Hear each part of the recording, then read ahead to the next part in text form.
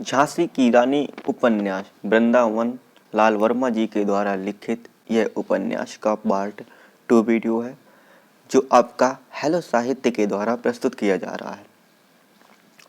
तो पढ़ते हैं अपना कल से तक जहाँ समाप्त किया तो उसके आगे से।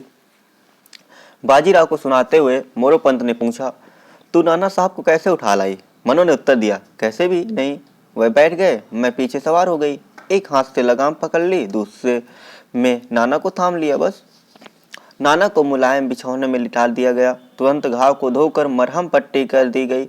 घाव गंभीर न होने पर भी लंबा और जरा गहरा था। बाजीराव बहुत चिंतित थे कि उन्होंने रोतक दिया।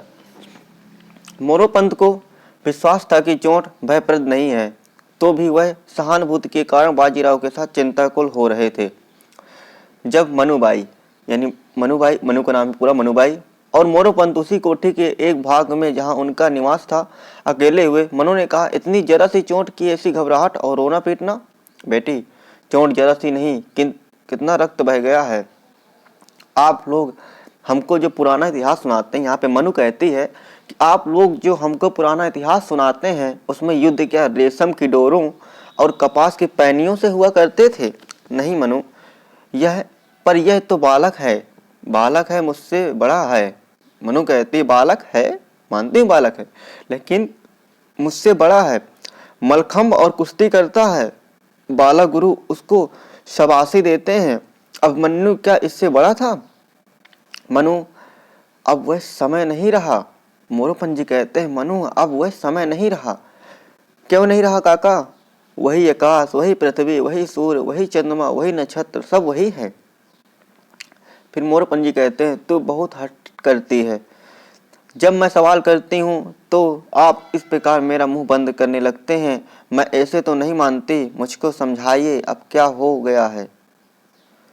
अब इस देश का भाग लौट गया है, अंग्रेजों के भाग का सूर्योदय हुआ है। उन लोगों के प्रताप के सामने यहाँ के सब जन निस्तेज हो गए हैं। एक का भय दूसरे में नहीं पड़ा। यह सब मन गढ़ंत है, डरपोकों का ढकोसला। तू जब और खड़ी होगी तब संसार का अनुभव तुझको यह सब स्पष्ट करा देगा। मनु बोलती है, मैं डरपोक कभी नहीं हो सकती। आप कहा करते हैं, मनु तू ताराबाई बनना, जीजाबाई और सीता होना, यह सब भुलावा क्यों? अथवा क्या ये सब डरपोक थी? बेटी, ये सब सती और वीर थी, परंतु समय बदलता रहता है, बदल गया है। यह तो हेर फेर कर वही सब मनमाना तर्क है। फिर कभी बताऊंगा, मैं ऐसी गलत सलत बात कभी नहीं सुनने की। तो सोएगी भी या रात भर सवाल करती रहेगी? अंत में खींचकर परंतु मिठास के साथ मोरोपंत ने कहा। मनु खिलखिलाकर हंस पड़ी, बोली, काका आपने तो टाल दिया, मैं इस प्रसंग पर फिर बात करूंगी, अभी अवश्य करवट लेते ही सो गई। फिर एक क्षण उपरांत मनु ने अनुरोध किया, काका देख आइए, नाना सो गया या नहीं, आपको नींद आ रही हो तो मैं दौड़कर देखाऊं। मोरोपंत ने मनु को नहीं जाने दिया, स्वयं गए, देख आए, बोले, नाना साहब सो गए हैं। मनु सो गई, मोरोपंत जागते रहे। उन्होंने सोचा, मनु की बुद्धि उसकी अवस्था में बहुत आगे निकल चुकी है, अभी तक कोई योग्य वर हाथ नहीं लगा, दक्षिण जाकर देखना पड़ेगा। कि इसी विचार के लौट फेर में मोरोपंत पर बहुत समय निकल गया। कठिनाई से अंतिम पहर में नींद आई। अब इसका खंड 2 है। मनुबाई सवेरे नाना को देखने पहुंच गई। वह जाग उठा था पर लेटा हुआ था। मनु ने उसके सिर पर हाथ फेरा, सिनंग स्वर से पूछा, नींद कैसी आई? सोया तो हूँ पर नींद आई गई बनी रही। कुछ दर्द है? नाना ने उत्तर दिया।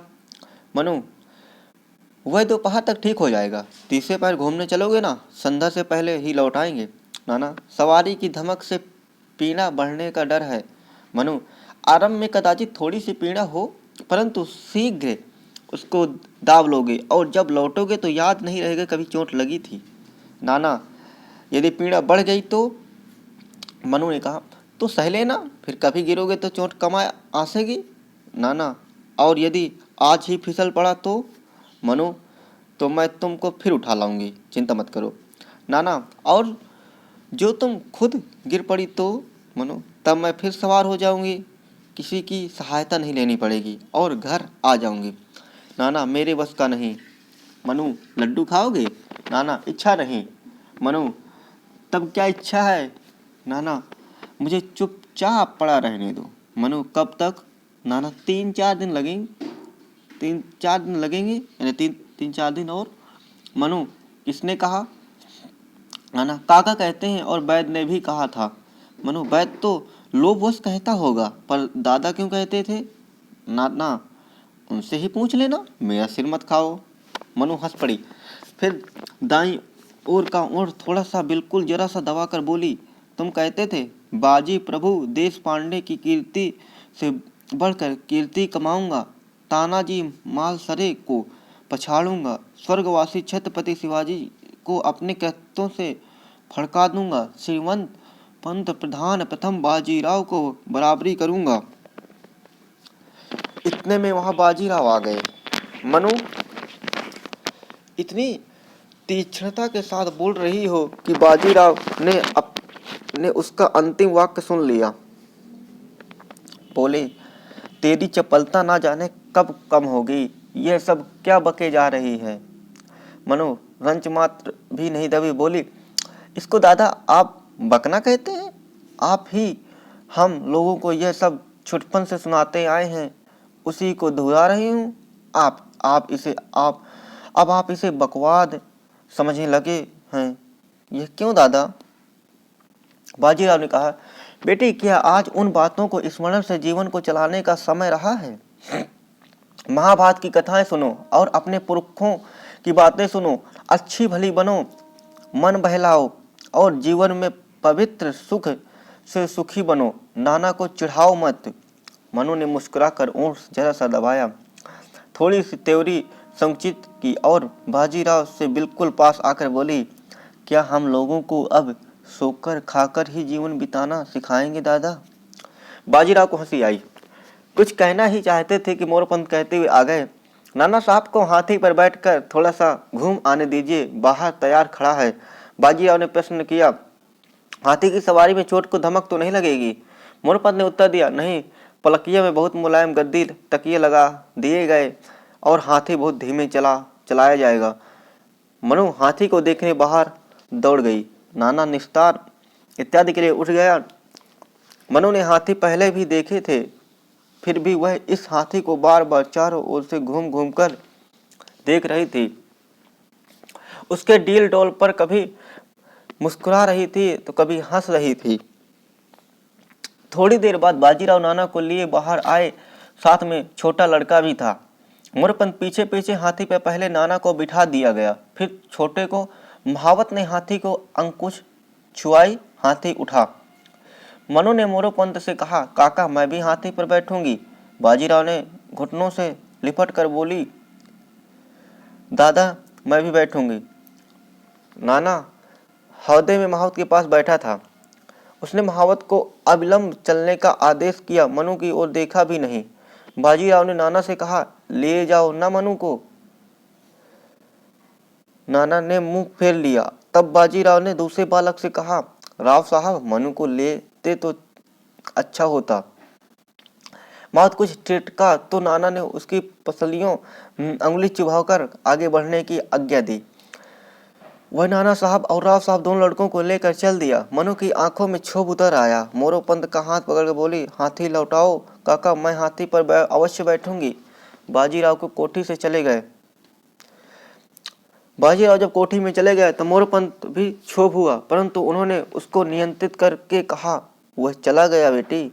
मनु मोरोपंत का हाथ पकड़कर खींचने लगी। महावत को पुकारिए, वह रुक जाएगा, मैं बिना बैठे नहीं मानूंगी।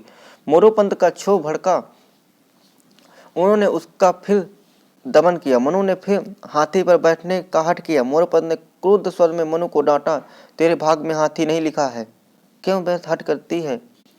मनु तुनक कर सीधी खड़ी हो गई, तमक कर कुछ कहना चाहती थी, एक क्षण ओठ नहीं खुल सके। मोरोपंत ने शांत करने के लिए प्रयोजन से भरस शख्स धीरे स्वर में परंतु क्रोध से सिलसिले में कहा, सैकड़ों बार कहा है कि समय को देखकर चलना चाहिए। हम लोग न तो छत्रधारी हैं और न सामंत सरदार। साधारण गृहस्थों की तरह संसार में रहन सहन रखना है। पढ़ी लिखी होने पर भी न जाने सुनती समझती क्यों नहीं। कह दिया है कि भाग्य में हाथी नहीं लिखा है तो हट मत किया कर। मनु के होंठ सिकुड़े। चुनौती सी देती हुई बोली, मेरे भाग्य में एक नहीं 10 हाथी लिखे हैं। मोरोपंत का क्रोध क्षोभ भीतर सड़क गया। हंस पड़े। मनुबाई को पेट से चिपका लिया। कहा, अब चल कोई शास्त्र पुराण पढ़, तब तक वे दोनों लौट आते हैं। मनु मछली बोली, मैं अपने घोड़े पर बैठकर शहर को जाऊंगी और उस हाथी को तंग करूंगी। मोरोपंत सीधे शब्दों में वर्जित करना चाहते हैं, परंतु उपकरण में सफलता के चिन्ह न पाकर उन्होंने तुरंत बहाना बनाया। घोड़े से यदि हाथी चिढ़ गया तो तू भले ही बचकर निकल आए, पर नाना साहब, राव साहब तथा महावत मारे जाएंगे। वह मान गई। तब तक कुछ और करूंगी। मनुबाई ने कहा, पुस्तकें तो नहीं पढ़ूंगी, बंदूक से निशानेबाजी करूंगी। थोड़ी देर में घंटा बजता हुआ हाथी लौट आया। यानी जब तीसरा पार्ट, ये आपका तीसरा पार्ट शुरू हो गया है। थोड़ी देर में घंटा बजता हुआ हाथी लौट आया। मनु दौड़कर बाहर आई, एक क्षण ठहरी और आह खींचकर भीतर चली गई। नाना और राव दोनों बालक अपनी जगह चले गए। बाजीराव ने नाना को पुचकार कर पूछा, दर्द बढ़ा तो नहीं? नहीं बढ़ा, नाना ने उत्तर दिया। अच्छा लग रहा है। मनु कहाँ गई? बाजीराव ने कहा, भीतर होगी। राव साहब, उसे बुरा लगा होगा। नाना ने साथ नहीं लिया। मैंने तो कहा था। नाना, वह मुझको सवेरे से चिढ़ा रही थी। बाजीराव, क्या? नाना, उसका स्वभाव है। कुछ क्षण उपरांत मनु वहां आ गई। नाना ने हंसते हुए कहा, छबीली, तुम क्या कोई ग्रंथ पढ़ रही थी? यहाँ पे जो छबीली नाम आया, ये छबीली मनु का ही नाम था। इसको प्यार से छबीली कहते थे। तुम क्या कोई ग्रंथ पढ़ रही थी? मनु जल उठी, बोली, मुझसे छबीली मत कहा करो। नाना ने और भी हंसकर कहा, क्यों नहीं कहा करूं? यह तो तुम्हारा छुटपन का नाम है। मनु की आंखें लाल हो गई, बोली, मुझको इस नाम से घृणा है। नाना गंभीर हो गया, बोला, मुझको भी यही नाम सुहावना लगता है, छबीली। छबीली, इस नाम को कभी नहीं सुनूंगी। कहकर मनु वहां से जाने को हुई। बाजीराव ने उसको पकड़ लिया। मनु ने भागना चाहा, ना भाग सके। तब नाना ने भी पकड़ लिया। क्या मनु बुरा मान गई? नाना ने स्नेह के साथ पूछा। मनु ओठ सिकोड़ कर रुखाई के साथ बोली, अवश्य, आगे इस नाम से मेरा संबोधन कभी मत करना। इसी समय पहरे वाले ने बाजीराव को सूचना दी, झांसी से एक सज्जन आए हैं। नाना तात्या बताते हैं। नाम क्या बताया उन्होंने? तात्या जी। तात्या कौन है? तो झांसी तात्या आते हैं। नाना बोला, मनु 1 से 2 तात्या हुए। मनु 1 से 2 तात्या हुए। मनु का क्षोभ घुला। बाजीराव ने प्रहरी से झांसी के आगंतुक को बिठाने के लिए कह दिया। मनु ने कहा, झांसी वाला तात्या कुश्ती लड़ता होगा? राव साहब, झांसी में कोई बाला गुरु होंगे तो कुश्ती का भी चलन होगा। वह तो राज्य ठहरा। नाना, बड़ा राज्य है? बाजीराव, बड़ा तो नहीं, पर खासा है। हमारे पुरखों का प्रदान किया हुआ है, जानते होंगे। राव साहब, अपने को फिर नहीं मिल सकता। मनु, दान किया हुआ फिर कैसे वापस होगा? बाजीराव, हाँ, वापस तो नहीं हो सकता। झांसी के राजा हमारे सूबेदार थे। इस समय अपना बस होता तो झांसी में हम लोगों का काफी मान होता, परंतु झांसी तो बहुत दिनों से अंग्रेजों की मातहती में है। मनु, ग्वालियर, इंदौर, बड़ौदा, नागपुर, सतारा इत्यादि के होते हुए भी थोड़े से अंग्रेज ने आप सबको दबा लिया। बाजीराव, यह मानना पड़ेगा कि वे लोग हमसे ज्यादा चालाक हैं। हथियार उनके पास अधिक अच्छे हैं, शूरवीर भी हैं, और भाग्य उनके साथ है और आपसी फूट हमारे साथ। मनु, दादा, क्या भाग्य में शूरवीर होना भी लिखा रहता है? यदि ऐसा है तो अनेक सिंह सियार होते रहे होंगे और अनेक सियार सिंह। बाजीराव, जब सियार पागल हो जाता है तब सिंह भी उससे डरने लगता है। मनु, वह भाग्य से पागल होता है अथवा किसी कारण से। बाजीराव हंसने लगे। इसी समय मोरोपंत ने आकर कहा, दादा साहब, तात्या दीक्षित झांसी से आए हैं। और बाजीराव बोले, मैंने उनको बिठा दिया है। यही ठहरने, भोजन इत्यादि का प्रबंध करा दिया जाए। मोरोपंत ने कहा, तात्या मुझको एक बार काशी में मिले थे। यात्रा के लिए गए हुए थे। विद्या विदग्ध हैं, सज्जन हैं, राजा कि यहाँ उनका मान है। मनु ने हंसकर पूछा, कुश्ती लड़ते हैं, तलवार बंदूक चलाते हैं, घोड़े पर चढ़ते हैं? यहाँ समझ में आता है कि मनु का स्वभाव कैसा था। हमेशा युद्ध नीति, राजनीति, कूटनीति संबंधित ही था। अरे दूर पगली, मोरपंत ने कहा, दूर पगली, जो ये सब जानता हो वह क्या कुछ है ही नहीं। दीक्षित जी पक्के ब्राह्मण हैं, शास्त्री हैं, आचार्य हैं। नाना ने मनु की ओर देखते हुए कहा, और यदि ब्राह्मण हथियार बांध उठे तो वह पक्के से कच्चा हो जाएगा। मनु तुम बताओ। मनु हंसी, बाजीराव भी हंसे। मोरोपंत ने मुस्कुराकर कहा, इस लड़की जैसी वाचाल तो शायद ही कोई होगी। मनु ने ओठों में समेट कर मुस्कुराहट को दबाकर गर्दन मोड़ी, फिर विशाल नेत्र संकुचित करके बोली, आप ही कहा करते हैं ताराबाई ऐसी थी, जीजाबाई ऐसी थी, अहिल्याबाई ऐसी थी, मीराबाई ऐसी थी। मैं पूछती हूँ, क्या ये सब मुंह पर मोहर लगाए रहती थी?